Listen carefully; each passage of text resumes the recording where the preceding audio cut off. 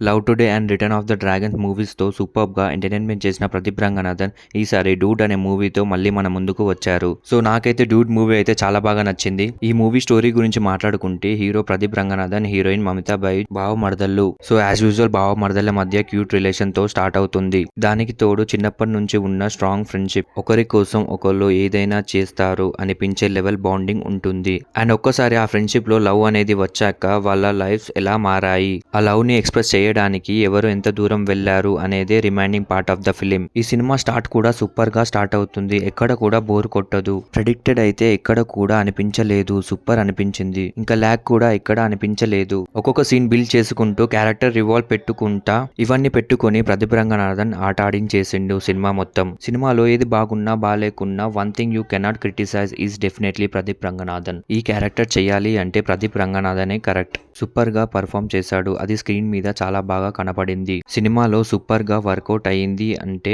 అది ఖచ్చితంగా ఎమోషన్ అనే చెప్తా. ప్రతి సీన్ ఉండడానికి ఒక రీజన్ ఉంటది. ఆ రీజన్ కి సిచ్యుయేషన్ క్రియేట్ అవుతుంది. ఇంకా కామెడీ కూడా చాలా బాగా వర్కౌట్ అయింది. సూపర్ గా అనిపించింది కామెడీ. ఇంకా క్యారెక్టర్స్ అందరివి కూడా చాలా బాగా రాసుకున్నారు. మమితా బైజ్ కూడా చాలా బాగా పర్ఫామ్ చేసింది. ఇంకా శరత్ కుమార్ గారి పర్ఫార్మెన్స్ కూడా చాలా బాగుంది. సెకండ్ హాఫ్ అయితే నాకు కొంచెం తేడా కొట్టింది. ఓవరాల్ గా డూడ్ మూవీ అయితే నాకు చాలా బాగా నచ్చింది. మీరు మూవీ చూస్తుంటే మీకు ఎలా అనిపించిందో కామెంట్ చేసి చెప్పండి. మళ్ళొచ్చే వీళ్ళు మళ్ళీ కలుసుకుందాం. Bye bye, see you, take care.